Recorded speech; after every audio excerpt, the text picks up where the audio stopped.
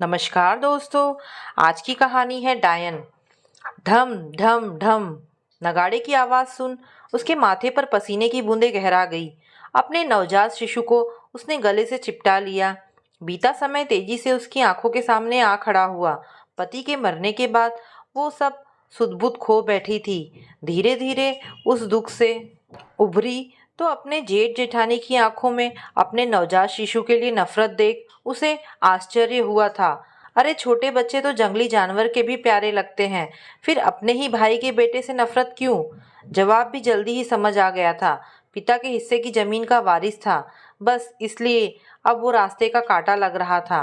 पहले जेठ जेठानी ने उसका दोबारा विवाह करवाने की बात छेड़ी, पर उसने साफ इनकार कर दिया। पति की यादों के सहारे अब बेटे को पाल पोस कर बड़ा करना ही उसके जीवन का लक्ष्य था। जेठ जेठानी बहुत भड़के थे। फिर एक दिन जेठ उसे समझाने आए, जमीन उन्हें बेच वो आसानी से जिंदगी गुजार सकती है।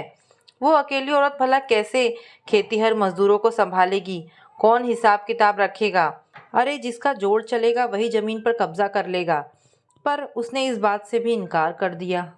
आज तेजी से पास आते नगाड़ों की आवाज उसे डरा रही है। वो बेटे को सीने से लगा भगवान शिव की तस्वीर के आगे हाथ जोड़े बैठी है। अपनी जिंदगी की चिंता नहीं है, पर बेटा जिसने अभी अपनी आंखें भी ठीक से नहीं खोली है, क्या उसे भी मानव लालच रूपी सुरसा के मुंह की बलि बन जाना पड़ेगा? कितनी आसानी से जेठ जेठानी ने सारे गांव वालों को उसके डायन होने का यकीन दिलाया था। उसकी बड़ी बड़ी आंखें जो पहले स्त्रियों में ईर्ष्या का कारण थी, उन्हें ही आज उसके डायन होने की निशानी बताया जाता था। जो काले लंबे बाल पति को काले बादल से लगते थे, अब वो काली शक्ति का अड्डा कहला रहे हैं। उसने ही अपने पति को खा डाला है। ये घिनौना लांछन लगाने वालों ने उसकी सूनी मांग और सूनी आंखों के दर्द को कैसे नजरअंदाज किया होगा। आज पति जिंदा होते तो जो नवजात शिशु चांदी की चम्मच से दूध पीता, उसे आज डायन का बेटा कह खून चूसने वाला कह रहे हैं। अब उसे पकड़ लेंगे, किसी पेड़ के साथ बांध उसे और उसके बच्चे को जला देंगे, बस एक टुकड़े जमीन के लिए। पर ये क्या? अचानक नगाड़े की आवाज थम क्यों गई है?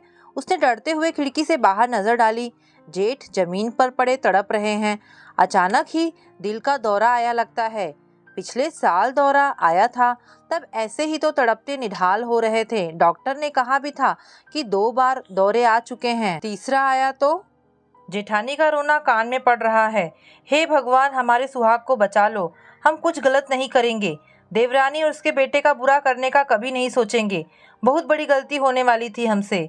माफ़ी दे दो भगवान। उसकी नज़र एक बार फिर भगवान शिव की तस्वीर पर टिक गई। हाथ फिर से जुड़ गए हैं। प्रार्थना और भी तेज हो गई है। हे भोलेनाथ, मुझे और मेरे बच्चे को बचा लिया आपने, अब जेठानी के सिंदूर को भी बचा लो। छोटे छोटे बच्चे हैं उनके। अब आप और बस आप ही जेठ जी के प्राण बचा सकते हैं। जाको रखे साइयाँ, मार सके ना कोई। तो दोस्तों, कहानी यहाँ पर समाप्त होती है। आपको ये कहानी कैसी लगी मुझे कमेंट करके अवश्य बताएं। धन्यवाद दोस्तों।